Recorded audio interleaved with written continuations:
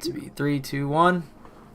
All right, we are live. Welcome, trickle on in, everybody. This one, this was a game that was played. There was soccer being played. It wasn't exactly the kind of soccer we wanted, nor do we deserve. It seems to continue the trend of poetic, unfortunate endings for us, with another Atlanta United veteran scoring a brace on us and walking away pretty. So here we are to break it all down for you. Indeed. Oh, boy. It's pretty well put there. I will add that, okay, so not only did Justin Meram score a brace against us, Joseph Martinez scored a brace against us. He also scored tonight, and Darlington Nagby also scored tonight. Yeah. Ooh. Yeah. It's that's a trifecta of former LA players that I probably don't even really need to get into it, because that's just gonna make me mad or sad or both, any of that. But that tonight was a night. Yeah, like this should have been 3 points. Easy. But, yeah. But we come in and we look a little lethargic.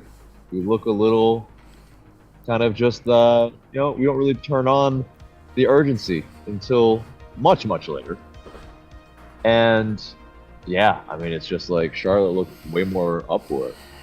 And we just leave some back posts continually. Every game, this is how we get scored on. A back post just completely left unmarked. It was Lennon's fault on that one. Yeah, both times. Both times for Miran's goals.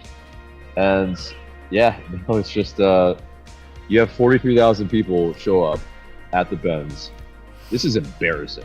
Yeah. We were embarrassed tonight.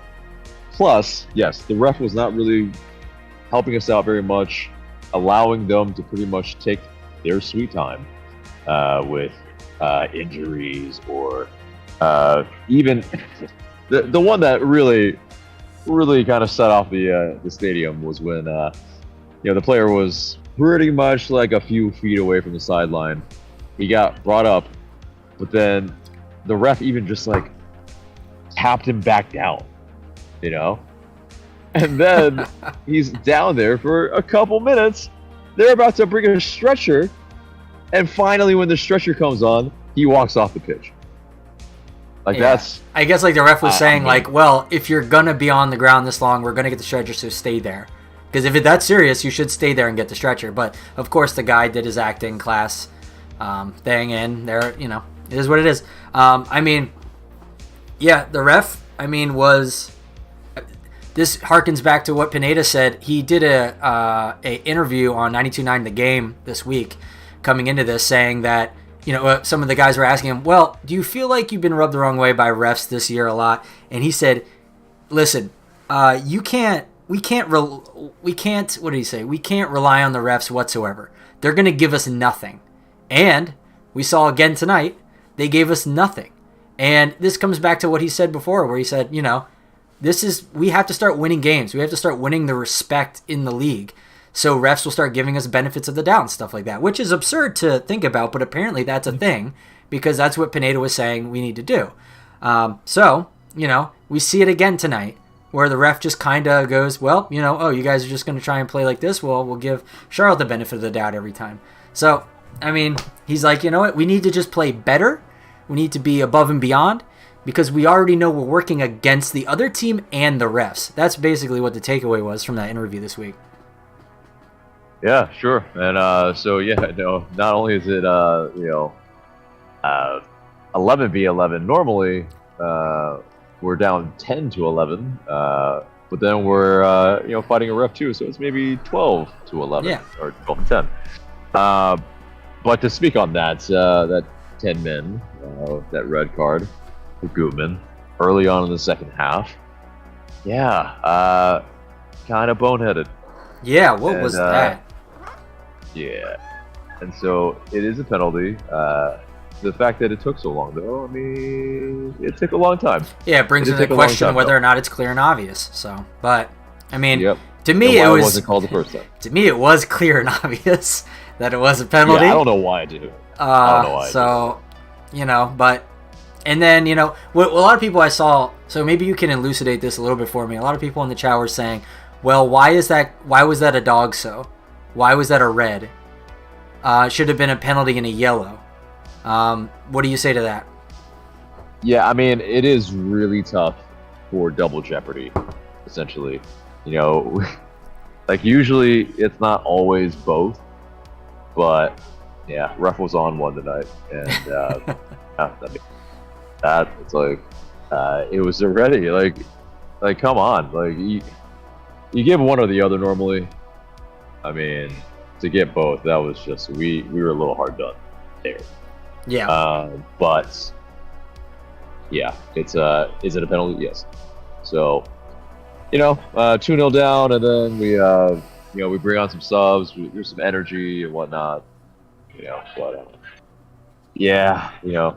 it's like 3-0. 3-0 is just that's really hard to come back from, even if you're at home. Yeah. Even with the magic that we usually have at the end of games, like it's just the unrest in the stadium was very palpable. You could tell over the TV too that the stadium was quiet and out of energy. Yeah, basically you could hear some Charlotte fans a little louder at times. There was also, pretty much around the 85th or so minute, half the stadium was gone. I don't blame them. I really don't. Like it's not like we're looking like we're inspiring. Like we have pretty much played poorly for about 3. Yeah, I mean I don't blame them. I was saying to my wife, like, Jesus, just blind me with dental floss. Like, put a blindfold of dental floss around me. Jesus Christ, this game. That sounds incredibly painful. I don't know why you would do that to yourself, but I guess you've maybe seen... takes me right out of the game, like just like that. Yeah, sure. For sure. Yeah, it reminds me of this. I'm going to get really, really obscure here. But a Japanese horror film called The Audition. If you don't know what it is... I don't. I've seen a good amount of Japanese horror, so I haven't seen that one, though. Yeah, that one pretty much is exactly what you're saying, except for it's the Achilles heel with some very sharp wire. Gotcha. And I'll just give you that, but yeah. So that's that's the type of match though that we are. I think it compares well. This was a horror film. Yeah. This type of night, I wish upon us never, and and we thought it couldn't get worse from Joseph Martinez dunking on us, and then here we go. We get Justin Meram all up in our kitchen, and we just let him cook, and boy did he. Yep. And then, I mean, kudos to him for not celebrating. He shows respect, and I think it's a when he was with us and when he won trophies, he mentioned that those were the first trophies that he won in his career, and so he's always going to be grateful for Atlanta and how the fans treated him, especially coming from Orlando, where Orlando fans jeered him and just basically disrespected him. And I would have preferred him to not have scored. Yeah. But if anyone's going to score, I'm just happy it wasn't Swiderski. So. Yeah. But I prop him up for not celebrating and showing us respect and showing us appreciation. Yeah. And some would say I've seen all this chatter about Jose Martinez, like, oh, he celebrated against us. I think he pointed to our supporter section and he kneeled. I think it can be taken in a bunch of ways. I mean, like Jason Longshore even came out saying, like, Joseph had to have known what he did would be seen as ambiguous and could be taken in multiple ways. And so he has to have known that, and he probably wanted it to be kind of a double-edged sword to us. Like, you know, it's like a yes and a no at the same time. So, you know, who knows what he was thinking. Right. I mean, I think I might guess what he's thinking is Pineda and Boca Negra. This is for you. Yeah, exactly. Yeah, but also kind of like to yeah. the fans, like a, you know. Right. Exactly. Now the interesting bit is Jose Martinez at the Benz. Yeah. What would he do? Yeah, I don't know. That's for another day. Hopefully we don't see that too soon, but you know. Yeah, hopefully that doesn't happen, and hopefully we can keep him off the. I mean, now he's scoring again. I know. I will take the full L on that one. That's the first I did like a quasi prediction to say that I don't think he's gonna go into a run of form after this. I think he just exploited a very poor Atlanta, but yeah, it is what it is. So. And he scored tonight, so yeah. I mean, it's we have egg on our face, and that's not fun. It is not. Yeah, it is days old, out of the carton, not refrigerated egg on our face. All right, well let's get our first guest in here. We have Dennis. He's joining us. I don't know if he's gonna have a video on today. We'll see. You guys, I'm in my car, so it's kind of dark in here. But let me see. Yeah, it's better than whatever this weird ass picture that comes on for Discord. yeah. There you go. You're good. There you go. Yeah. The lighting, perfect. With a book on his head. Yeah. But what's up, Dennis? How are you? Keep reading. That's right. He's reading. Right. Is he? Through his scalp. Yeah. Okay. But you never seen the video of the guy where he's like, I could read a book in 30 seconds. Oh yeah, he just dude. Goes like this with the plug. Oh, something. What the hell is that guy's name? I forgot. It's like something Lopez, I think. So it was a bunch of these YouTube advertisement videos of this guy going like, oh, you know, if you do like what I say, like you'll be like a super millionaire. You have all these like supercars and blah blah blah blah blah. And I read books in 30 seconds or some shit. Is some Lopez guy, I forget his name, but he was kind of a meme for a while. Oh, I know who you guys are talking about. Okay. All right, yeah. He's that guy okay. Oh yeah, here in my garage, you know that guy? Exactly. Yep. Yeah, it's like okay. Yeah, okay. Yep. All right, Dennis. Good to see you. What'd you think? Man, I'm not gonna lie to you, man. This game was atrocious. Let us hear it. Don't hold back. It was rough, man. It was rough to watch. I was excited in the beginning.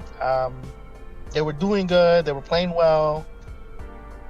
They conceded first, which was, you know, to me it was kind of a dumb goal just because he was by himself. I know everybody was trying to completely unmarked on the back post. Yeah. Right. I mean, man, we do that a lot, it seems. And you know, it's fine. It's okay. It's only one goal. You're only down 1-0. It's still the first half. You got plenty of time. But this goal gave like this, I don't know, extra juice, you know, power, batteries, something, because I mean they got the juice. Because after that, Atlanta was silent into the half. I mean, there wasn't a moment where you could tell me Atlanta was dangerous. They were, you know, they had a few opportunities here and there, but I mean, they were just completely shut down. And I mean, they were on a mission. They had 2 lines of 4. They had 8 guys in the back at all times. Whenever Atlanta was attacking, there was at least 8 guys back there defending. So they were on a mission. They were here to prove a point, and they did with a 3-1 win, you know, away. So,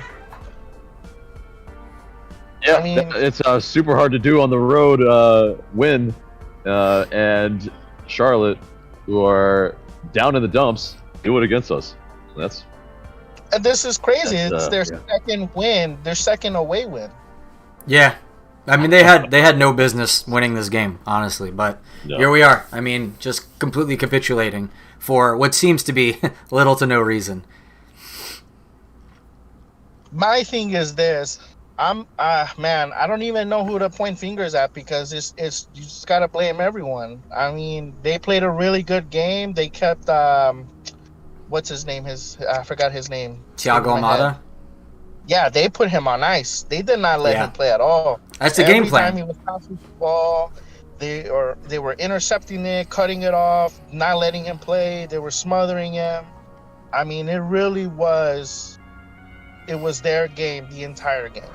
I mean, outside of the first 20 minutes, it was all them. Yeah. Then the penalty comes in, and it's come on. I'm like, you're already losing. Don't give them another goal. It's like, yeah. But it was just so frustrating to watch. It really was. But I think there's light at the end of the tunnel because they should be getting players back, and so there's some hope. What do you guys think? Well, you're right. Hopefully, we're getting Giakoumakis back. I mean, and just based on what what we all saw, and also what the commentators say, like, what the hell's his name? I forget his name. Maurice Edu. I forget his name. But anyway, that guy was saying. Edu. Yeah, he was saying that just with the infusion of Giakoumakis back on the pitch, Atlanta looks like a completely different team. And I agree. When you look at him, I mean, he's sitting there holding up play. You can tell this guy is used to playing in European Champions League. He knows how to play against very physical defenses. And that's exactly what Charlotte was trying to do. He was holding up like a champ. Like vintage 2018 Jose Martinez. Like he was really putting his foot down, holding things up, just bossing people off the ball when necessary. And honestly, we need that. We don't have really players who do that except for Thiago, but he does it in a different way of just having magnets in his boots. But it's something refreshing to see because we just don't have a lot of muscle on the team, and our guys get bossed off the ball or fouled and they just get chopped down. Giakoumakis just keeps going when he gets hit, which really puts their defense, like, they get taken aback from it. They're like, oh my goodness, I thought that would have stopped him. It didn't. Oh, what do we do? Everyone get back and form, quick, run. So. Yeah. And go ahead. Oh yeah, like he was saying, once they plugged him in the game, it was a little too late, but he did change the rhythm of the game. They started running more, they started attacking more. They were able to get the one goal to kind of bring it back, and they were close. I mean, they had other opportunities that they missed, which is another problem that they're having. But I mean, they could have easily tied the game. I mean, he brings that effect to this team, and I think they're riling up behind him. So, I mean, that is a good sign, but I just wish they would have done it a little bit sooner. I mean, yeah, they really couldn't have, because he's nursing an injury. Any more time probably would have, because they ended up doing that last time. He had the hamstring injury, and they decided, well, we're gonna put him in. He's not fully fit yet. And lo and behold, he aggravates it even more and puts him out for another couple weeks. So this time they wanted to give him more time, and that's why they only gave him a small amount of time at the end of this game instead of like an entire half, which is typical when you're introducing someone back into the form. But it's because they're afraid of re-aggravating it again and having him out for even more weeks, which clearly we can't afford. Yeah, that's true. Yeah, we definitely can't. And then there's okay, yes, we are getting players back, but the red card of Gutman is the last player that should have been red carded, if anyone on this team. Because, you have Wiley going to the U.S. Youth World Cup, U20s, and we will not have anyone that should be our starting left back next week, and probably the week after that in terms of the next match. It'll be Ronald Hernandez, and I mean he can probably handle it, but you'll have Derek Etienne, you'll have basically two inverted players playing on the same wing. We'll have pretty much on either side 4 right footers. Luis Araujo on the left would be left-footed, but still, at that point, it's you probably have to not invert both and then maybe put either one on the wing. But it further just weakens our squad against against sides that we need to win against. Yeah, okay, Yakumakis, if he does come in, I don't know. I don't know if he starts, but I guess we'll worry about that. I think the rumor is that he starts. That's what at least Maurice Edu said on the thing. They're like, yeah, he's got to start. Atlanta would be foolish not to. But again, it's not up to him. It's up to the medical staff to make it. So if the medical staff that clears him for it, then okay. But if not, and they're going to be overly cautious as they should. So. And if anything, it's maybe he starts and then he gets taken off in like a field. So, maybe we can make it where if he does start 6-6, that could at least maybe be a good omen. But it is what it is. Like we're just, the urgency is too late. Yeah. Like Dennis, what are your thoughts on in terms of in this match? In the first half, what we could have done differently to at least kind of change the complexion of the game state. If they're pressuring and they're swarming the ball, you gotta play tighter. You gotta play closer. The Atlanta was really spread out thin, to where they couldn't. They were losing the ball in the middle of the field easy. They were getting their plays cut down in half every time they were trying to cross, midfield. So to me, it's like, well, you gotta play tighter. You gotta, make sure that you have somebody to pass it to, because they were stretched out way too thin, and especially for a team that was really clamping down on the ball, you gotta play tighter. You can't play that open. It's a completely different game when you're missing your best players. You can't play the usual style that you usually play in. And then your opponent is, everybody's a defender. Even the forwards are defending. Like, you have to adjust to the game. The one thing that I do criticize about the coach is it's his lack of talking to his players and stuff like that. You can kind of see him on the sideline. He's just kind of reserved. You don't really hear him. He's just sitting there, which is fine. Some coaches, coach that way. But to me, it's like, you have to adjust as the game is going. You can't wait for halftime, So that would have been my adjust in the game. Okay, I got one question for you. Since AJ had one, I got a couple loaded up for our guests tonight. One is that, do you think the game state changes if we were to have Yakumakis if he started this game and he found himself on the end of that original first ball that Gutman fluffed and Thiago couldn't get his foot on because of, and he scores that. Now it's 1-0. It's possibly 2-0 with that second ball that arguably we should have put in as well.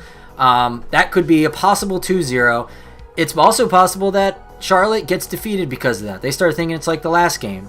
They start hanging their heads a bit because they came into this very unconfident, because they're missing most of their good players. So now game state dictates that there's a likelihood that they're going to kind of back down and we're going to kind of press them hard, and we just kind of open up the floodgates and start scoring a bunch like we did the last time we played them. Do you think that is a possibility? Because I heard a lot of people saying things like, well, this is an inevitability, this result, regardless of whether or not Gigi was in, because of Pineda's ineptitude in coaching. So what do you think? I agree. If Atlanta had taken the lead, it would have changed the result. I think it would have, like you said, maybe put Charlotte on their heels a little bit. Kind of looked at the game like, hey, we're down 1-0, 2-0. Who knows if they would have changed their game plan or something else, or they would have stuck to what they have. But I do think that had Atlanta taken the advantage and the lead, I think they would have won the game. But are the alarm bells still there? Like, even if we won this game because Gigi covered up all of our mistakes tonight, theoretically, hypothetically, if that happened, are there still alarm bells? Is it still relevant to say Pineda out, or Pineda's in the hot seat? I guess this is those situations where, because Pineda's strategy created those two chances in the beginning. If we had Gigi in there and he scored both of those, You know, I mean, you kind of have to credit Pineda for us getting those attacking chances in the beginning. Right. But this is like when you win, everybody loves you, and when you lose, everybody hates you. This is that situation. But also, he did that last time, and remember, they were up 1-0. He took them out in the second half, and then what? They tied. So he changed the game plan. Not necessarily that I'm criticizing him. I guess I wish that he would administer the team differently. Let's say he did put him in the beginning in the first half, and he scores 2 goals. What are you gonna do for the second half? Because the man isn't healthy enough to play the second half. Yeah.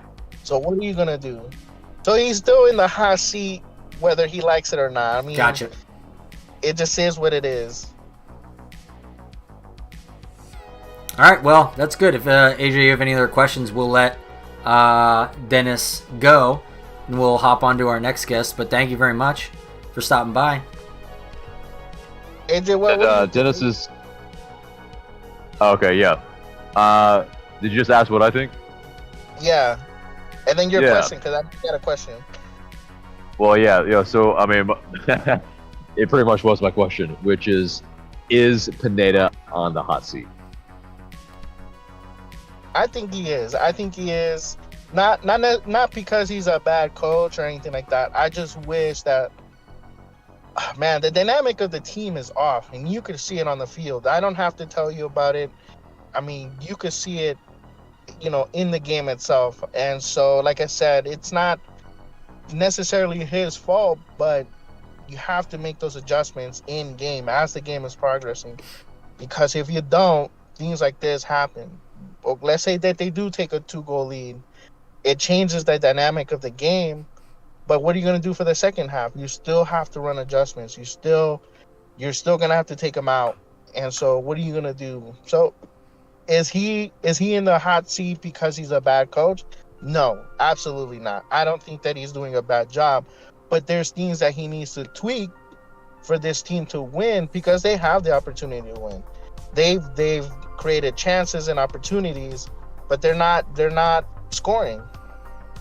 Right? Some of their best players are not on the field at the current time, but they're coming back. What are you going to do between them? And that's what differentiates good coaches from great coaches. And so he has a little bit to learn. Unfortunately, it just happened this way. Maybe he's not in the hot seat for a lot of other people, but for me, he is. Because he's creating a lot of doubts in this team. Yeah. A team that we should be talking about championships, first, second place, what cup are we going to win next? But instead, we're talking about defeats to not so good teams. 2 weeks in a row losing to 10th place teams. Yeah, see, Exactly. That doesn't look good on your resume. No. Yeah, it's not going to inspire many people. And that's the thing. There is that that coaches in this league are really going to affect that much generally in terms of the win-loss records and all that. So there is a bit of that where, okay, it's a lot on roster construction. Yeah. Because yes, Pineda is definitely, he's a vibes FC type of player, or type of coach.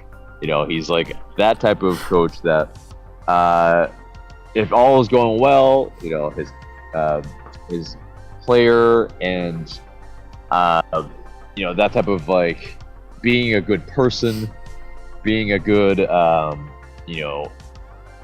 training ground coach in terms of keeping things family oriented and light, all that type of stuff, that I can appreciate, but he's got to be tactically sound, and so far we have not seen him be able to adjust.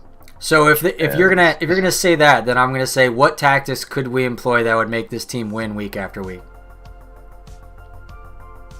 And it's a very good question, right? I mean, so essentially, I'm currently doing an experiment on Twitter.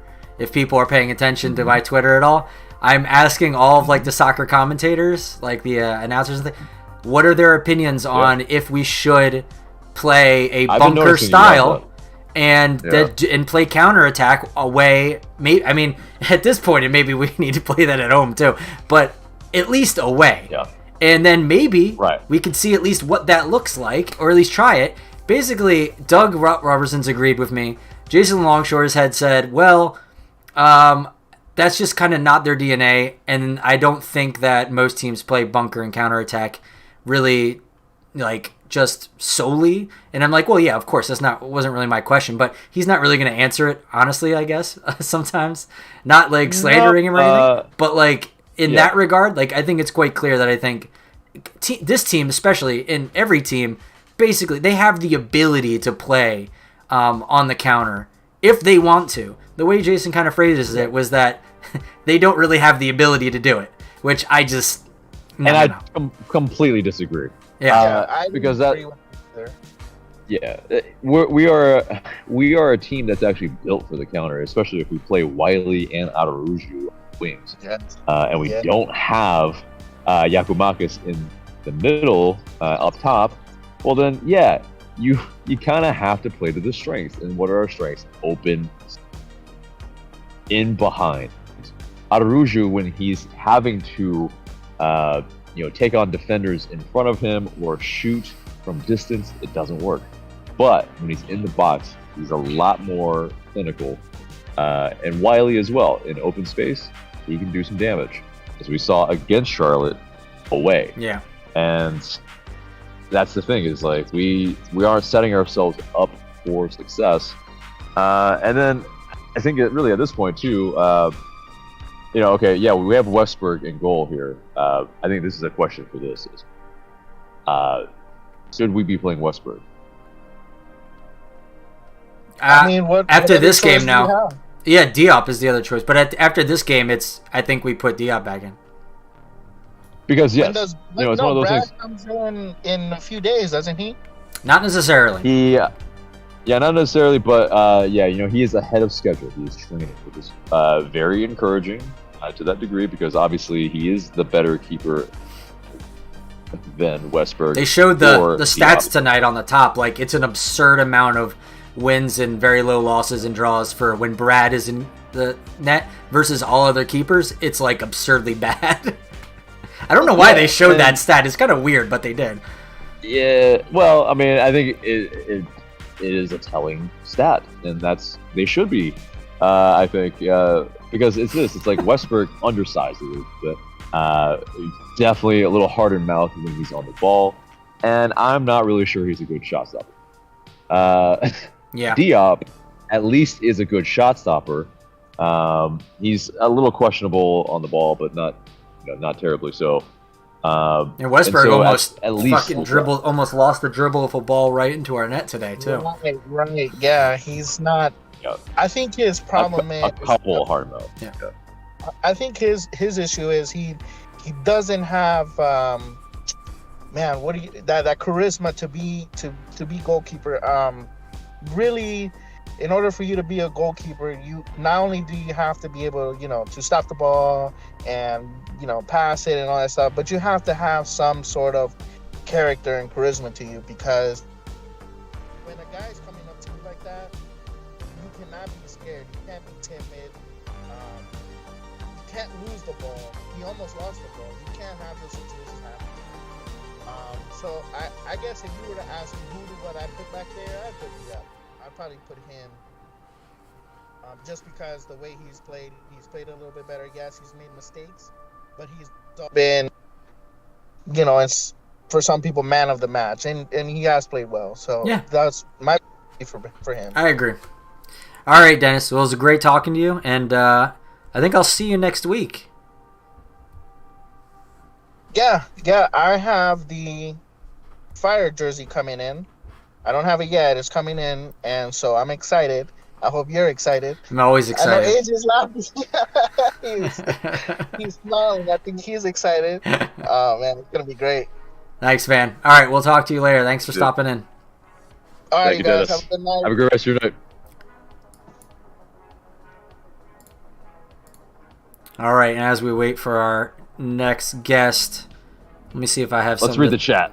Oh, yeah, let's do a little bit of that, because it's been hot tonight. There's a hot chat, hot hand. Strong says, hey, Mike, how you doing, Strong? How you doing, buddy? Yeah, it was indeed soccer. Bryant Lee says he's lost for words. I found at least 4 of those. Juan says, what's up? Strong says, do you think the club management knows what is happening? I think they do. I don't think they're too happy with it either. It was a penalty made not out of a bad intent, but out of panic defending.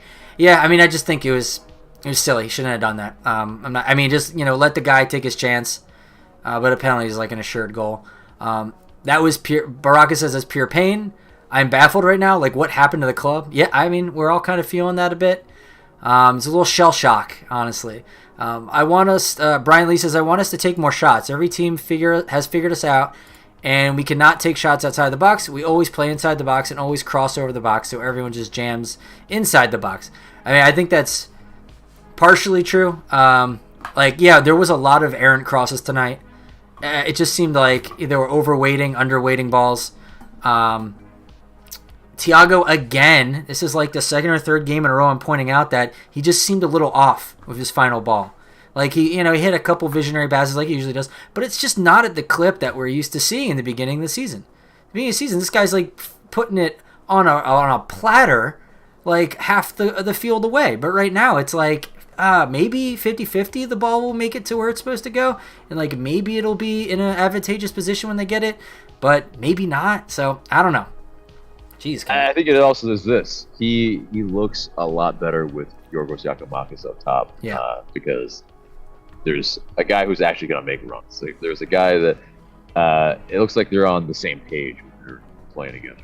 And I think, obviously they haven't played that many games together, but I think it's just that when talented players trust in the players around them, then, I think they won't just the aptitude, I think really matters. And you have some of the other players on the pitch that they're not at his level, and I think it shows. It's just like they're maybe a little hesitant to make that run, or they don't actually make that run, or it's like he passes over there and nothing. It looks like a bad pass because the guy should have been running. The guy should have actually. It's. I think it's twofold. It's not just Almada, but it is also, yes, he is getting marked a little bit better as well. But he's still. There was like 2 to 3 guys on him, like at all times, which is. Exactly. Yeah, and he's still keeping it. So it's just because guess who that other guy? Guess who that other defender is? The guy who would be marking Giacomakis had he been on the pitch, but they don't need to mark Miguel, so they'll just mark this guy. Right, because Miguel Berry. I forget what the stat is, but it's something like 12 touches in the first half. It's pretty abysmal. Yeah, he's invisible. And and then you have other players that are just kind of hiding. Like, I mean, it's one of those like Sadic, he's in the middle of the pitch. Okay, there's some very good tackles, he and Ibarra, that they made during the match. But just even when we're trying to recycle possession, they can't find space. They're not working hard enough to find the space in order to be an option. Yeah. Because we don't have triangles. We have shoehorns. Yeah. And like, these shoehorns are not allowing us to play into dangerous areas. Yeah, that's another thing too. I noticed. I was going to save this for our next guest, but what I noticed this game too is in like we basically preferred the flanks almost exclusively. We like never went down the middle, which to me shows a team that's afraid.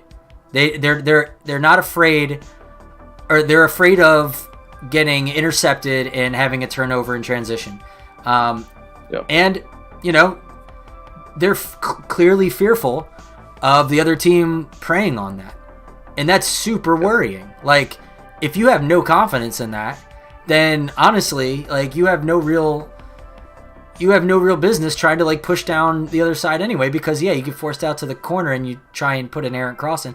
And we saw that. We pretty much were completely inept in trying to get those in today, except for like I think it was in one corner where Parata can just get his head on it, and there was also one time where Yorgos off the woodwork got a head on it. But it's like every single time, and here's a comment that is exactly what I'm trying to say too.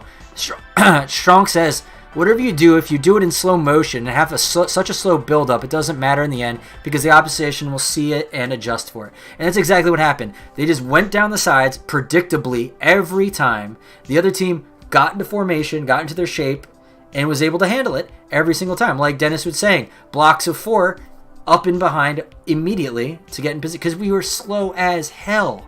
Like there was no intensity. So, and then with that, yeah, we're not playing the incisive ball, and you are more apt to be incisive when you play. I mean that puts defense on their heels. Settle their defense. Yeah, exactly. And there's too many touches, and it's like there's too many touches in defense as well. Yeah, where it's like we're not playing the ball to the correct foot. Players are having to take another extra touch so that I can settle it and then move it forward. Yep. It's too the lack slow. of one touches is incredible. So with that, we have Patrick joining us now. Patrick, say hello to the lovely people. And if you have video, you can turn it on. Yeah, let me get into some lights. That was hard to watch. That was to say the least. Yeah. I was texting Michael throughout before I realized I could text in the Discord, but yeah, it sucked. That game sucked. Let me get video on. What a dumpster fire! Gosh, it was absurd how badly we played. Like, I was hopeful in the first few minutes, but that hope died. By the way, do you guys still hear me? Yeah. I'm flipping over to some notes because I've got note. Okay, cool. Notes. Oh man, took some notes. Professional. Next time he'll have to learn how to keep his camera on at the same time. Well, we're working on that. I'm not camera. Copy and paste it into the chat. And they'll, and that way your camera can still be on. Okay, okay, camera's down. I see what you're saying. Yeah. Well, yeah, I was just irritated that. I'll just hop back over. I mean, I'll try and recount it. Garbage. It was all garbage. Who gives a shit? It was terrible. Like, it sucked. I was really hopeful at the beginning of the game because it looked like we had a chance. I mean, we had some competent runs that we were putting together and some really good kind of like passing progression, and then I notated a blown a squandered opportunity from Araujo around the 15th minute. That's when my critique really started, and I came into it really not wanting to be critical or I just wanted to watch a game, have it be competitive, maybe us get the win. That wasn't in the cards. Like, not even Glenn close. It just, man, it stunk. And we can't deal. I'm sure you guys have already talked about it, but their full court press, like, I mean, we haven't even talked about the own goal. You guys may have, but good grief. The full court press, that was hard to watch because afterward, I'm not sure who the commentators are that we have, but I don't love them. They're not great. But they were mentioning how Charlotte coming into this had like the worst away goals allowed and worst like defense away or something. And my God, you couldn't tell that from watching the game. Yeah, that's true. What a joke. Like, they looked like I mean, and this seems to be the theme whenever I tune in. So maybe this can just be your guys' team so that they win some more. I don't believe in individual curse for people watching, but because that's I used to be. Patrick, you're gonna have to reset your internet because we are losing you. Patrick, we're losing you. 1 or 2, 3 maybe good sequences of passing and like competency on the ball. Pat, we are struggling to hear you, buddy. Your internet is super dying. Yeah, you might need to get into a better area. Yeah. Sorry. Let me. How about let's try this? So far, so good. You're gonna lose a little visual. Their press was a lot better than ours, for sure. Yeah, we. Okay, so that's when I dropped out. Was the full court press stuff? Yeah. Well, yeah. I mean, it's not a full court press, but it's a high press, and their high press was definitely better. It was dangerous, and it made us, definitely have some hard mouth moments, especially for Westberg, our goalkeeper, who, just definitely some moments that you're like, okay, we could definitely be better than that. Because not only is this, it's like something that Dennis I think was maybe trying to say as well was Westberg doesn't really have command of the box this week. So I'm just not really sure what he brings. I'm not trying to rag on him every single time he plays, but I just don't see it. Like there's. Well, I mean, we had 3 goals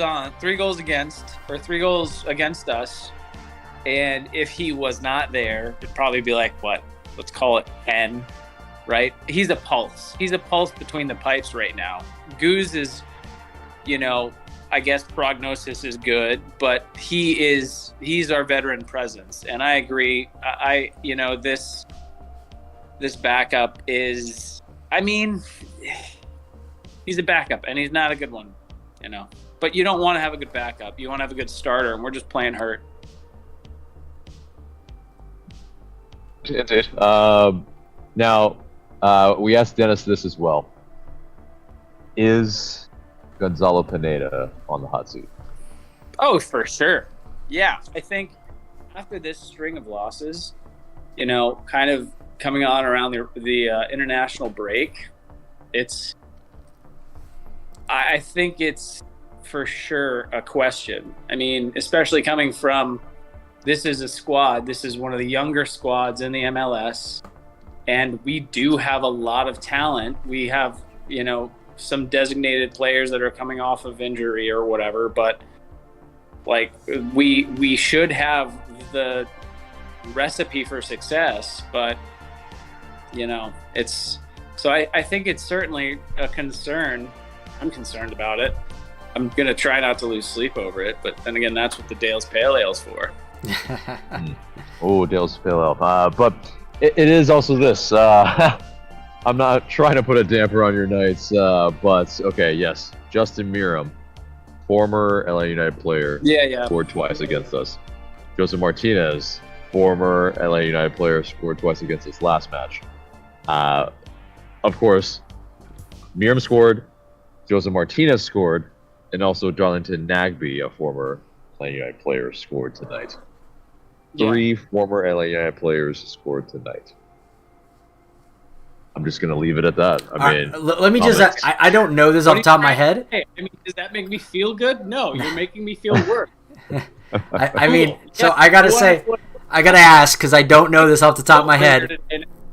Does Colorado have a Atlanta United player on their team? Because if they do, I'm very afraid of that person. I know, right? Jeez. Like, It's like they mentioned it. Whoever dumbass commentary Apple TV has mentioned. Honestly, so here's what you can do for home games. You can switch the commentary to Mike Conti and Jason Longshore on the radio broadcast on the TV. So, like, in the future, if you don't want to listen to whatever commentators they have on there, which I agree they weren't the best tonight. But Marisa Du is good. The other one, not so much. Because Lamisha Du used to be Atlanta United, one of Atlanta United's commentators before Apple. So, but the other guy, not so much.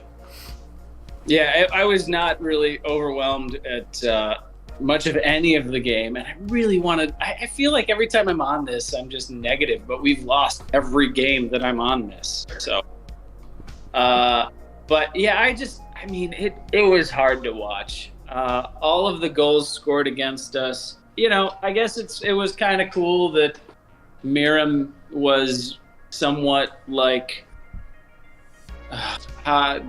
graceful with not like doing the like run and slide sort of celebration after scoring, even though he absolutely could have, you know. I think most people don't knee slide at the Benz because they know it's gonna be fucking painful. But nylon AstroTurf stuff. But you know what I mean? Like he did up and did the Michael Bluth "I'm sorry" thing. Yeah. But yeah, it's another one of the highlights from the live feed, though, Michael. I will definitely be switching to the radio, but one of the highlights for me was they were picking up crowd noise, and like it was just sort of like the fan commentary, like you kick the ball and you shoot it, which was great because a lot of them. Very much is that. Mm-hmm. A lot of them were, yes, it's very banal and trite, but it's also like what we fucking should be doing. Excuse me, sorry, I'm not sure. I just F them too, but it's basically that, like, they're not wrong. Like we basically we meddle around the box a little bit. We just we kick it around. Danced one in. Aruju danced one in, didn't he? Yeah, I mean, and he tried to it's so obvious what he's trying to do. He's always trying to cut it. And it's just like, my guy got to cut to the byline sometimes just to keep him honest. And it's one of those as well. Like, we are a little allergic to shooting. Like, we just, but we shoot a lot of outside the box. But we're inside really the box, good at shooting things off of frame. Yeah. Boy, are we. That was another takeaway. I was like, man, we've had some gifts, and good grief, the fact that you're missing them, and oh gosh, what was that one? There was a cut where I think it was Aruju. It was early, and he had the option to drop a pass. We were both closing, and he took the shot, and that it was that extra step that we didn't need. It's like, because you don't need to dance it in, take it from range, but I took there was that one. I was kicking the ball for my dog. I might send it to Atlanta United. It looked pretty. It had some sick curve on it. Nice, dude. Yeah, man. Anyway, I can hop off. Sorry, I've been pontificating for a bit. Yeah, we'll get you off in a second. Don't worry. Yeah. No, we're happy to have you on. It's but building off of what you're saying as well. There was the early chance when Aruju was able to beat his man, and then kind of stumbled a little bit, but still was able to keep the ball, and then he was able to cross that ball in, and Gutman, wasn't able to finish. Like, it was one of those early chances, and then you had another one that was flashed across where everyone seemed to dummy the ball. And that one, oh god, that one was very annoying. Then you have the Yakomakis one that's he was really close. He puts just wide. Like, those were chances. Those are half chances, but still, it's like we had some really close ones. I actually thought Almada curled one of those in that was deflected. Yeah, almost. Gosh, that looked so close. And then right after, Yakomakis had that other one that nearly went in, and it was like, holy crap! We look like a completely different team when he's in. Yeah, I mean, it's like, and I get that we need to develop other players and whatnot. And I know that we can't just have those guys running 90, but I mean, yes, we can, for one. Yeah, but good grief. The penalty was so dumb. Yeah. So dumb. I expected a little bit more out of Gutman at that level. Exactly. It's I mean, there have been people that have argued that Gutman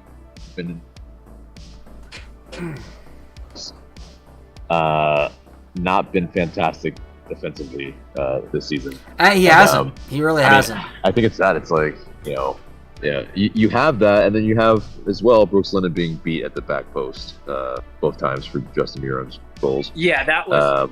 I didn't whine about that enough. I'm really trying to keep it somewhat clean. I've got more French colorful words for it, but that first goal that Muram scored was just a blown Miram, I like that. Is it because he's Iraqi? Yeah. Iraq. That actually, Miram. Yeah, it is. It is.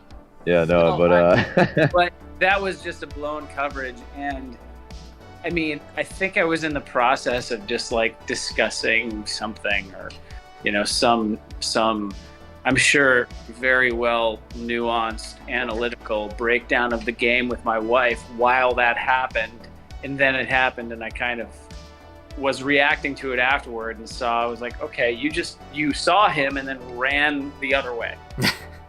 Completely. Like, you ran towards the ball instead of, but that's fine. Yeah, maybe the ball like curved in a way, made him think it was going a different direction than it was. Who knows? He got confused. We all get confused. Yeah, get turned around sometimes. Yeah, I got confused like 3 times a day, man. It's fine. I mean, I'm not getting paid that much money to get confused that much, but little cameo from the wife. All right, well. Oh, hello. Yeah. With some flowers, huh? She brought you some flowers. That's nice. Wow. Where's my flowers? Your flowers for that. Mike, you can probably talk to one of your children about that. About flowers? Yeah, they can get you flowers. I don't have to buy you flowers. They can buy you. They can't buy me anything. They don't have any money. Yeah, exactly. Whose fault is that? They just be using his money. That's true. They should be getting a job. They need a job. Yeah. All right, Patrick. Well, it was fun talking to you, and I think hopefully I'll be seeing you next week. I hope so too. I enjoy coming on so long as I don't have to continue to eat tablespoons of hot sauce. Well, don't spin so poorly then. Okay, you're right. As I recall, you clicked. There might be a little home cooking there. Okay. But, well, you were there. You saw everything was above table.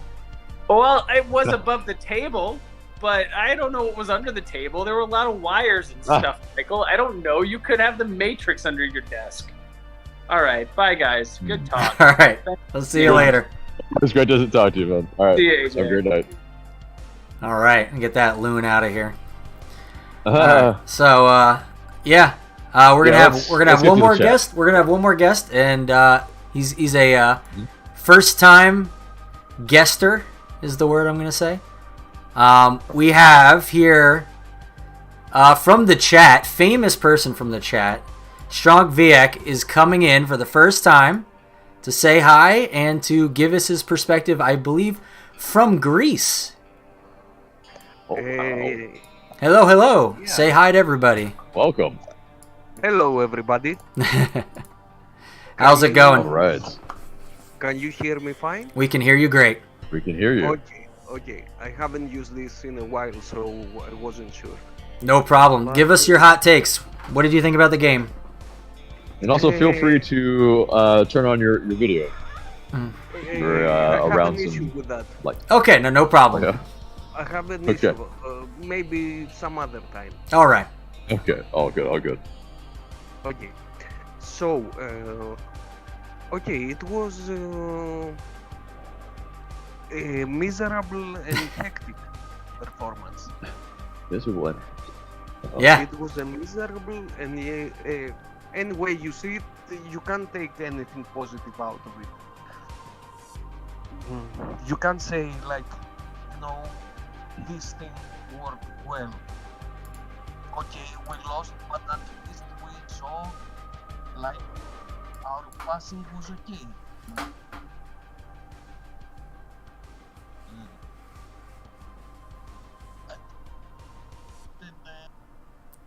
Hey, Struck, can you speak up a little bit into your mic? I can't hear you. Yeah. Yeah, There you go. Perfect. There it is. Yeah, you're cutting out a little bit. Okay. Now we can hear you. Go ahead. Okay, as I was saying, out of this performance, you can't keep something positive. It's going out again. You're sounds But like you you're saw. talking at a distance. There you go. Yeah, keep it right in front of your face, I think. I am. Okay. Okay. Yeah. As I was saying, there isn't any positive in this performance. You can't It's continuing to do it. We anything can't out really of- hear you, my guy. I don't know if the mic is just short-circuiting or what. Yeah. But either way, yeah, keep trying. Maybe for Any 10 to better? 15 more seconds. Yeah, we can hear you when Yeah. you first start talking, and then it just trails off and falls off completely. Okay. Does it still do that? Yes, it's trailing off Yeah, again. it's continuing to do it. Yeah, sorry, man. We're gonna have to Yeah. figure that out. Yeah, Yeah, bring you on another time, I think. Sure. Yeah, here I'll tell you what. Me and you, sometime next week we'll get together and we'll figure out the audio thing so you can come on next time. Yeah, no worries, guys. Yeah, thanks for trying. We'll figure it out because we want to we get the appreciate Greek perspective with our own Yeah, Greek on our Good. team now. So Good. Yeah, man. I'll be around. yeah, thank you for also participating in chat so much. We appreciate it. And You're he's welcome. for everyone. He is TerraFest in Discord as well. So say hi. All right, thank Bye you, for man. now. Indeed. Talk to you from the chat room. Sounds good, man. I'll see you next time. Indeed. Thank you. Have a great night, man. All right, we Yeah, will get him on unfortunately next there- time. We'll figure that out. I will Indeed. take personal interest in making sure that works next time. So I'm going to read a little bit of the chat now. We can move on. M. Level 10 says the two center back system with the attacking wing backs is not working. Consistently gets too stretched on the wings, causing all kinds of havoc on counterattacks. Yeah, I think like what I was saying earlier about how we just keep going down those wings and nothing profits from it. I mean, I think that's kind of your Yeah. point there. Right, and that's the thing. I'm gonna fight back on wingbacks. We don't play with wingbacks. We just play with attacking fullbacks, and because it's not a 3-man at the back, we're playing with only 2 center backs, and so, yes, is it stretching us a little bit? Is it too predictable? Yes. I think that's what you're seeing with the most elite teams in football is that they're using one of the fullbacks in midfield, and then in that sense, the width is kept by the forwards. So, Araújo or Wiley or Etienne, those are the players that are keeping the width until they get into the final third, and so. Do we are these players good enough maybe to play that way? Maybe not, but at its current state, it's too predictable and goes out into that U-shaped way too often, and it's too slow. It's like De Boer ball on steroids, except the other way, meaning Yeah. it's even more slow. Yeah. I mean, it's like every time we get the ball, it's our back towards goal. We take, like you said, like 2-3 extra kicks to get the ball where we needed to get it. And by then, like I said, the defense is completely in their defensive shape again and in formation, perfectly suited to stop everything we're trying to do. And then you have people like Thiago and Araújo and Etienne just sit there and go, what do I? Okay, maybe I'll try a long cross. I can't dribble through 5 guys, so I really. And then also, my God, the ball watching and no running off the ball is infuriating. Yeah. It was infuriating this game. I just saw people because I mean I get there's a little bit of they don't want to get called off sides, so they're all just sitting there at the defensive line and they're just waiting for something to happen. And I'm like, guy, you need to be that thing that happens, and they just don't. They just wait. Goes back to previous live episodes where basically the players don't know where they need to be. What's up? Can you hear me? Sorry, yeah, you cut out for a second. Yeah, but the players just don't know where they need to be, and that's the case of like their positional play is just like that's why they're not moving because they don't know where to be able to help the player that's on the ball.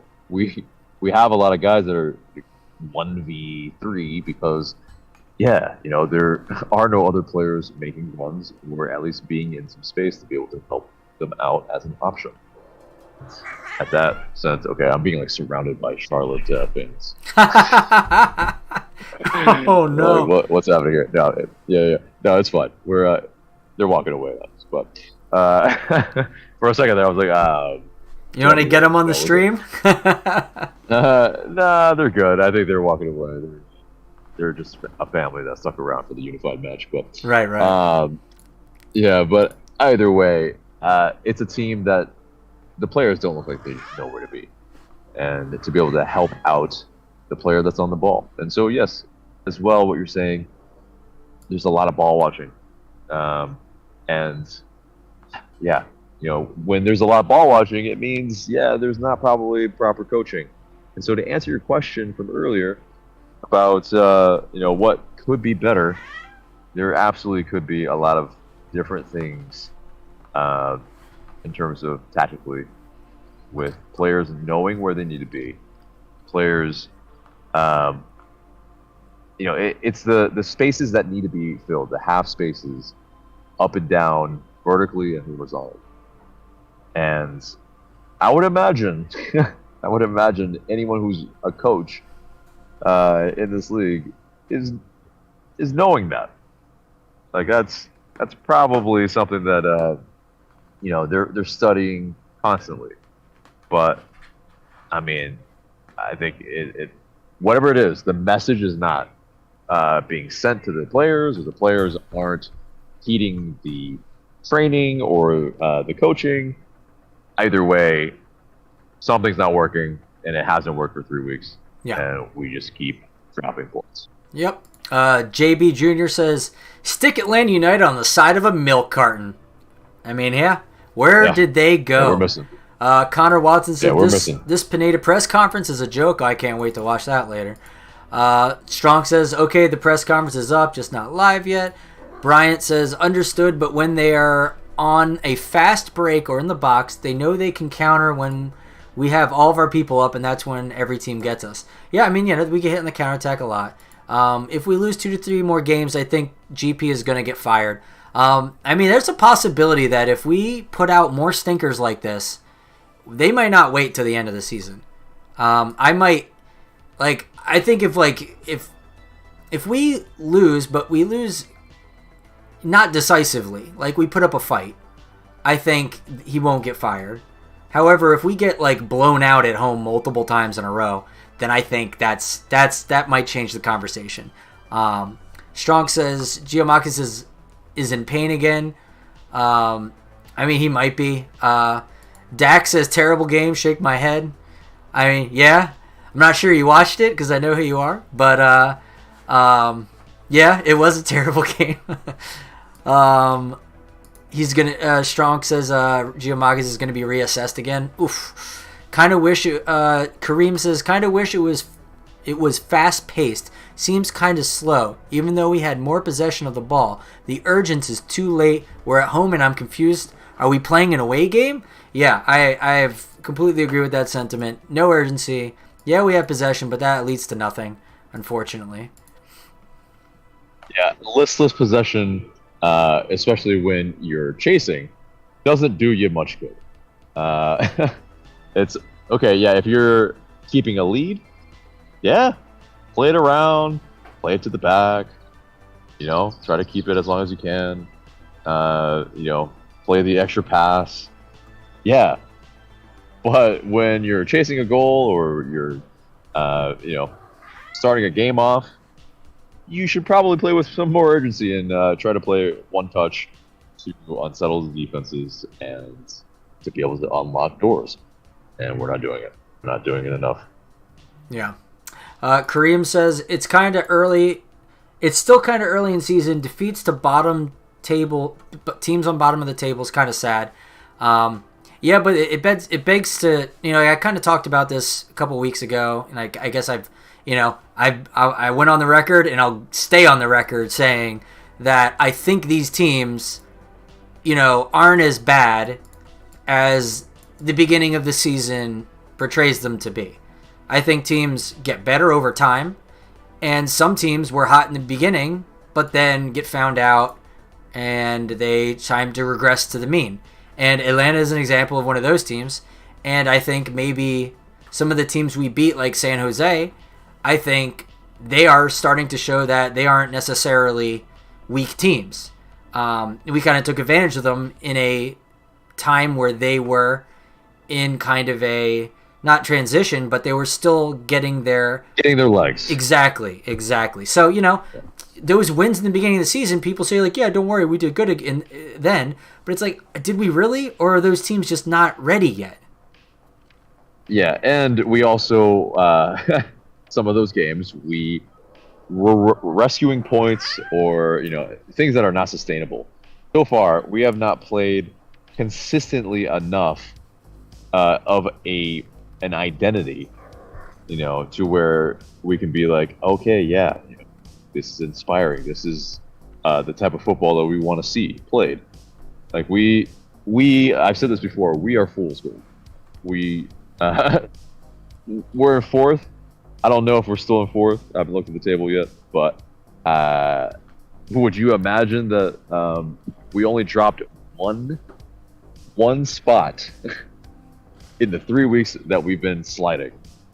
That kind of illustrates the point even more, is that those teams that went out hot early are regressing to the middle, and the teams that were at the bottom in the beginning are starting to go up, and so that equalizes them. Whereas we were up in the beginning, and then we're coming down. We are, but we still have our spot because we shot up real fast in the beginning, and then it takes a while to descend. But they are slowly creeping back up to overtake us. So. Yeah, there's definitely a lot of work to do in the training ground. Let's keep it moving with the chat. Okay, yeah. And Connor says that I said that away from home we need to sit back and counter. Yeah, that's we had that conversation earlier. Strong says, guys, if Pineda was to adapt his vision, he would have already done so by now. Yeah, I think we are seeing his vision. I just think it's a vision that is fairly common and like decently effective for most teams. Is like a build out the back, possession based game, and then once you get into the final third, you counter press. Then when you lose the ball, and then you try to get the ball back in the final third, and then you kind of just try and score that way. It's not like this is a rare strategy. It's not like this is a complicated strategy. So I don't know. It is what it is. This should work perfectly fine, but it doesn't because we just don't have the people on the same page. Exactly. Well, it's that it works well when you have the talented players that are in your starting 11, but you don't have the same type of players. That's, I think, when coaches make their money, because if you can make your 11 or 12 to 18 those players help you win, that's where you earn your keep. And at the moment, he's not making any of these players better. Yeah. Like, who has gotten better? Wiley, yes, but that's because from the academy, like, there's just inherent a lot of talent. Well, outside of the 2 games he's scored, he's regressed back to last year's Wiley, in my opinion. And it's possible. Yeah, I mean, the crosses weren't fantastic as well. I can, He had a I can great see opportunity that he skied it right over, way over the bar. Yep. And I think, that's the adjustments that, there's micro adjustments that teams will make against you, and then it's up to you to make those adjustments back Right. and to keep improving. But really, honestly, which players have gotten better?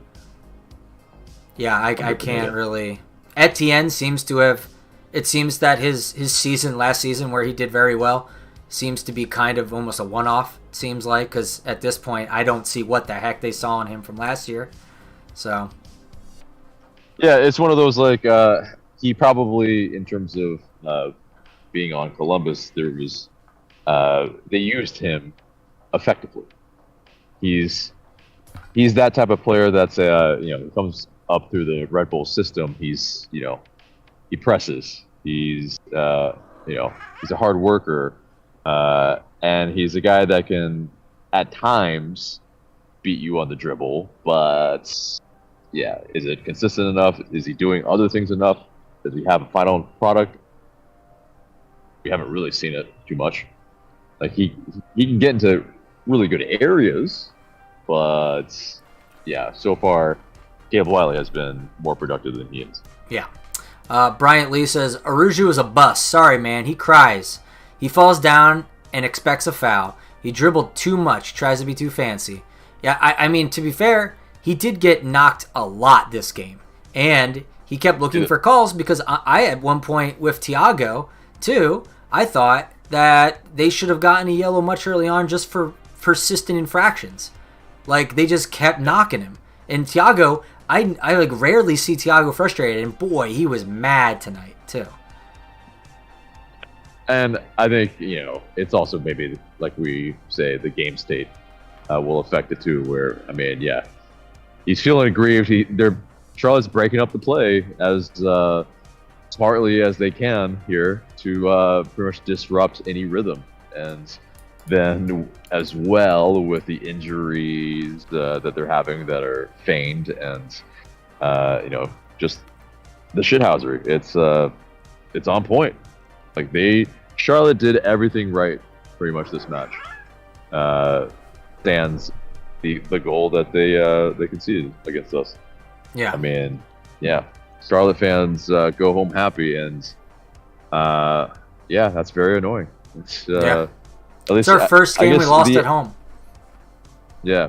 I guess the very least is that our aggregate score, we're still up. Yeah. 4-3 against them. I'm trying to look at the positives, man. Right, yeah, you find them where you can. Bryant says, question, who do you go for as a new head coach? A lot of coaches that are great expect a lot of money, so who would you go for? In MLS, it's completely and very difficult to say. There's just, there's not a, like, who's going to coach in MLS besides Tata Martino, of course. That's, it's one of these things, too, as well. I mean, obviously, Paulo Bocanegra is still VP here, so Tata Martino is probably not going to join. Yeah. So, in that sense, it's always hard to say because, did people predict Gonzalo Pineda? I mean, I think we know, like, he's the guy who's their yes man. Like, he's not gonna ruffle too many feathers. Yeah, he's a brand new coach. He has to just play the part right now. Exactly. Like, whoever they want. Yeah. I'll make him work. No big deal. Mm-hmm. Like, I don't know if he's got some talent ID yet to know which players he truly wants for his system. So Kareem says the summer will tell us where we're going. Is the coach going to be gone? No. Is key players going to go? I don't know. Yeah, I think we'll see. I mean, Lagerwey has come out in our interview recently and said we're going to look to add 2 to 3 new players in the summer. So that could be interesting. That could make a difference. We'll see if, Gonzalo can do something and work with these new players. Connor says not every coach is prem level. Yeah. Yeah, because it is that. It's like if Almada does go in the summer, I would imagine, yeah, we're gonna bring in somebody to replace him. But I think we are also gonna try to make a move on Aruju and probably bring in something better, because it's just, yeah, that's we're wasting a spot there. It's clear he has not produced all season, and yeah, I mean, it's at this point it's dead weight. Yeah. Alan Leone says, guys, if Yorgos Yakamakis plays, we can win any game. If he doesn't, we don't have a chance. Seems like it, doesn't it? Even though there was the one Charlotte game where we did win without him somehow. Mojo Production says, is Tata Martino available yet? Connor says, Tata is not coming back. Yeah, I think for the reasons that AJ laid out. Doc Ecke says, up the crown. I mean, if you're a Charlotte fan, then well played. Bryant Lee says, we can rely on Gigi all the time. We need other players to score. We can't, I think is what you meant to say. And we need other players to score. Yes, completely agree. I miss being a super club, Mojo says. Yeah, I mean, we were there for like a hot minute. And then after 2019, that kind of faded away. I think we'll get back to it, but it's tough. Yeah. On that, we've been not a super club for longer than we've had the conversation of possibly being a super club. So, yeah, that's an issue. Like, we were basically pretty good for 3 years, if not, like world beater in terms of MLS. And then for 4 years, we have been pretty abysmal. Yeah. Mojo asks, how long do we have a contract with Bocanegra? It's going to be for a while still. But Lagerwey can cut it early if he wants to. But he has a longer... I don't know how long it is exactly, but I remember thinking, oh shit, that's way longer than it should be. So he's going to be around here for a while unless for some reason Lagerwey decides that he is the problem and he needs to clean house. Mojo also says, seems like we've held on to the worst part of our front office since the beginning. Yeah, well, I mean, that part of the front office kind of is good at arguing for itself. 2 good years followed by a steady decline. Yeah, it's insane that we doubled the attendance of more than half the MLS clubs, and we're being mediocre for so long. It's at a certain point that goodwill is going to come up, and they're not going to show up anymore. So they got to figure that out quick. There's that. Plus, yeah, these fans deserve better. Like we, the fact that we've stuck around, in these very lean years. Yeah, no, it's undeserved. It's, these fans, like, they make tifos, they make merch, they make stickers, they, like, it's a lot of effort. Yeah. I mean, hell, we put on the show because we love the team, and we get no love back from the team. Yeah. Come on. So M. Livel says, when both your center backs are past the outside of the goalpost, then there's all kinds of free space in the center and the back post space. The ball watching and moving off the ball and out of position is elementary. Yeah. Disc B, I don't know if I've seen you before, but thanks for coming. Thanks for stopping by. Totally different team with Giakoumakis on the pitch. He stretches the defense back and mixes it up with good hold-up play, which keeps the defense guessing and honest. Without him, we are so threatless. Completely agree. He also says we need a better backup striker in case Gio's out. Oh, dear God, yes we do. Disby also says, without Gio, we are so threatless in the middle that the teams can press the heck out of us until we make a stupid mistake. I also vote for a new coach. I like the guy, but I don't think he's strong enough in the winning DNA sense for Atlanta United culture. He didn't even try to win a game in the U.S. Open Cup. We demand trophies. Disby, I haven't read any of your comments before. This might be your first time here, but I agree with everything you said, and you should stop by more often. Any thoughts on that before I go on to the next? Let's just keep reading it. All right, getting towards the end of these comments here. Strong also says, yeah, players get frustrated trying to move the ball forward. That in the end, they just resort to long balls forward. And boy, were our long balls tonight abysmal. So many, like almost every time they landed right on the heads, chest, or feet of a Charlotte player. I was like watching and specifically looking out for it, and I was like, God dang, the amount of times this has happened is. That's why I kept saying even Thiago, he was putting it right on the feet of Charlotte player. Everyone was putting it on the feet of Charlotte players. There was just no one could get open. No one could make that run in behind where the ball would find them. It just wasn't happening. It was, I don't know. It was just, they just seemed so off. They so disconnected. Strong says, the part earlier where I said that Giakoumakis is in pain again, there will be a reassessment. That was my mistake. That was wrong information. Okay, good. I don't believe that the players are happy with Pineda. So that's the thing. He's a bit of a locker room coach. I think they do like him. But it's like, it's, when you have that conversation about how a father needs to be a parent sometimes and not a friend. I feel like he's being too much a friend and not a parent in this case. So that's my 2 cents on that. Great point. He's, I wonder, that's the thing too. It's like, are there lessons? Is he teaching? Because I don't know. I'm just seeing it. If I could be like a fly on the wall in those things, that would be interesting. Strong says, so the process of elimination, I conclude that Pineda will leave one way or another, sooner or later. So wouldn't it be better if it just happens now? I mean, honestly, everyone's gonna leave at some point. So right. I guess the conditional there is it before or after like a possible playoff run for a trophy? So I would say that he probably isn't going to make a playoff run for a trophy. Seriously. So, to his point, I mean, but then again, it's like, I don't think any coach can make a playoff run for a trophy with this team. So, yeah, it's a lot of this right now is on roster construction because it's like when we have our starting 11, we look. But again, it's like, is Gonzalo Pineda getting the best out of the squad? Is he getting the best out of the 12 to the 18? Yeah, and it's just clearly not. Clearly not.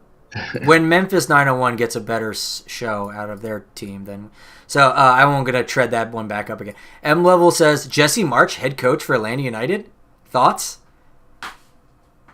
I think he's gonna try to stick in the Prem. So, yeah, I don't think he'll do that because once you get the taste of the Prem, you're gonna stick there as long as you can because that's where the money is.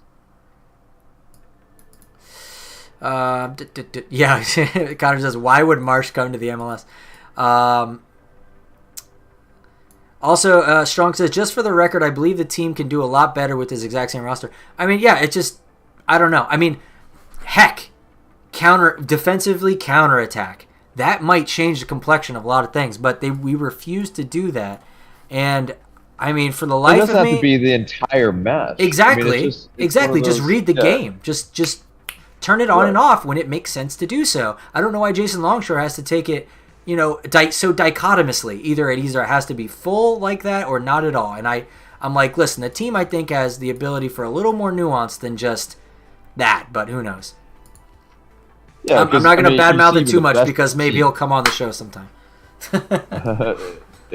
But you see the best team, and he's been on the show before, so it's not a huge deal. But it's we can respectfully disagree. Yeah, I could take him to task on here. But basically, even the best teams, say Man City, right? They will play differently. Like they know when to hit teams on the counter as well. They can lull you into a false sense of belief that okay, yeah, you have the ball. Okay, yeah, you're doing something. And then, they'll trap you in some presses that essentially give them the ball exactly where they want it.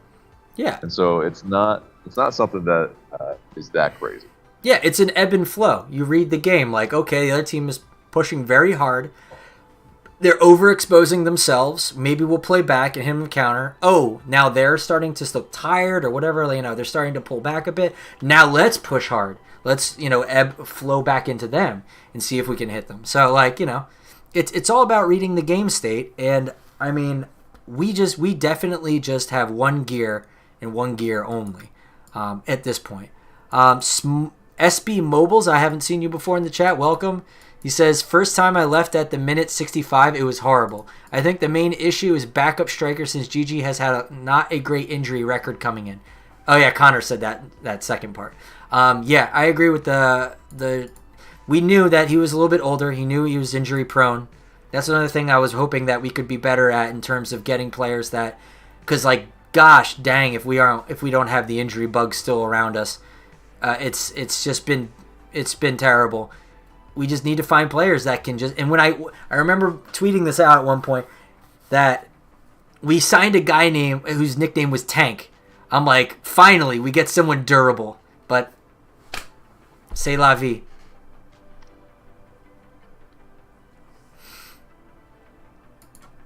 Let's see. I have to rapid fire the rest of these. Yeah. A little bit. And, we'll get to our. I'm just skipping a bunch actually. Yeah. Option. Yep. It's just a lot of Jesse Marsh conversation and going on right now. Just watch the highlights. God bless Miram. Dude couldn't have shown more respect. Yeah, I completely agree with that. Yeah, we're still talking about Jesse Marsh. And then Kareem says, also, guys, get your last comments in because we're going to start finishing off the comment section of the show. When we were successful, it was under Tata. But do we get a coach like Tata again? After Tata, we did win the Open Cup with De Boer. I mean, De Boer, he's I think the way he plays, it's probably a little bit more of a cup team. Tata's more like a league team, and even then, yeah, we didn't do that poorly in the league. It's the style of play that everyone had an issue. Yeah, that's when you made it that jarring. Like it just showed, like, okay, yeah, you guys, are you sure that you know what you're talking about when you bring in a guy who's like pretty much the opposite of Tata Martino? Right. It just you go from a South American locker room, and then you bring in a European coach who essentially shakes it up so hard that everyone, every player on the team that's South American, hates the guy. Yeah. It's just there's been some decisions. Yeah. That have been quite questionable. All right, so that is the chat. We are going to go into... All right, so first I'll do my forfeit, and then we'll do the next wheel. So last time I got... Of course, it was me again. I had to do a shot of liquor, and we were asking everyone what would be the liquor of choice for a North Carolina type of drink, and I don't know if this is true because I don't know what North Carolina is famous for in terms of liquor whatsoever, but the chat was coming back and saying moonshine. So I got out and found me some good old moonshine. So this is a 100 proof. North. Where is it? North or is it South? Carolina in Charlotte? Is it Charlotte? Okay, so no, I'm talking about which one you picked up, because was it specific to Charlotte? It was not. It was not. It was it's actually from Tennessee because I don't know of any. I don't know if here's the. There was nothing at the liquor store that had any kind of North Carolina specific name. South Kakalaki moonshine. Yeah. Right. So this is 100 proof, and it smells like nail polish remover. So wonderful. Oh, can't wait. They do make them with different fruits and stuff. They do. They had a couple of those there, but I decided not to do that one. Oh, so you went for the straight, yeah. just The straight, liquid not gas. fun. Yeah. So, Yeah. good stuff. I'm just going to... So, drink what you can, All drink right. what you're able. If you drink with me, then you'll be under the table. Cheers. Oh, salud. Oh, that's bad. That's not good. Tell us about it. That tastes like college. That tastes like Everclear. Yeah. It's like white girl wasted, 14-year-old Whew. teenager drunk. Yeah. Good stuff. All right, let's get this wheel going here. So, all right, so we're going to take Patrick off tonight because he's not on. So it's just between AJ and I again, 50% chance. All All right. right. 50-50. Let's see. Not me. Please. What are the Oh, chances? it's me again. What- Oh, Are you it's AJ. serious? No, it's AJ. Man. It just for some reason it decided to just keep going. I don't know if that's different like every time, but to build suspense, but I definitely was like it's going to slow. It looks like it's going to slow up like last time and land on me, but it just kept going this time. So, good. So it's AJ. And as you know, we're going to be doing the forfeits now. We have karaoke a song, soccer skill challenge, special talent, red ass game, and spicy challenge. So post in the chat what you guys want to see on here, and if you have any suggestions about this stuff too, let us know. And if you want to give us some money for putting a extremely bad challenge on here, we're in the market to negotiate. So let us know. We do this for you. We do this for your entertainment. Man, shoot. These Here we go. these are doozies. Yeah. These are all whammies. Oh, guess what it is? I don't even know. Red ass. It is red ass game. So let me remind the chat what red ass game is. So AJ, I'm gonna try and I think Mark probably has a stronger kick than I do. So we're gonna get Mark in, and we're gonna have AJ bend over in front of a goal, and Mark will step up to the penalty spot and blast it right at him, and we're gonna film it and show to you the results. So that should be fun. And if he misses, though, well, that's the only chance he gets. Yeah, I mean, like, I feel like I'm more accurate than him, but he can shoot it harder. So maybe post in chat, So either who do way. you think should take the shot? We should take the penalty because that's the thing. It's like it's one shot. It's not. One opportunity. Hit exactly. It's you only got one chance to red ass. But that's the thing. It's like we're not sitting there until you guys hit me. Right. So anyway, but yeah. Or you could pay for us to put that on the wheel. You could donate $5, and we will put red ass until AJ gets hit. It'll be more than $5. That's all right. We will come back to you with the price. Especially, it's getting hotter. I'm not just like bending over for like 10 minutes until you guys hit me. Like, Hey, we're not that bad. Jeez. You never know. I don't know. Oh, wow. we never Wow. But anyway, anything left in the chat before I? That was a close call, Strunk. You're right. Yeah, it was a very close call. It just barely made it to AJ.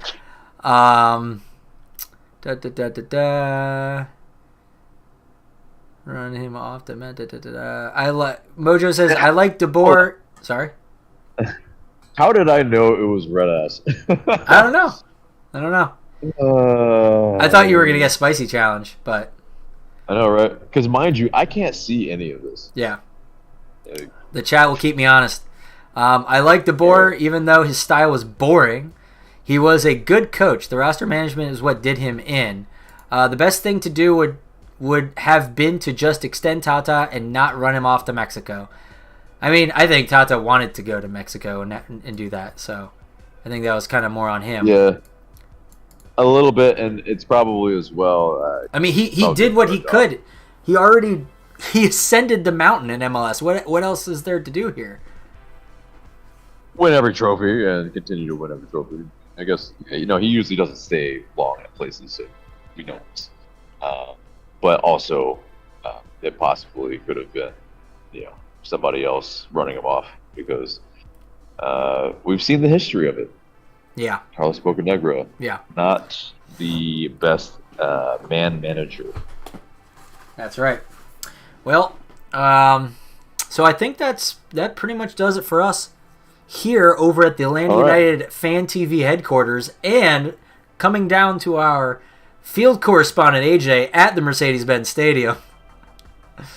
You want to sign us out, AJ? It's indeed that was Murder She Wrote. Charlotte got us, and it was not a good night, but it was a good night with all you guys and your company. We appreciate you so much. You guys definitely made it a lot better of a night, so thank you. But yes, guys, remember to like, share, comment, subscribe. For Michael, I'm AJ. Thank you so much for watching.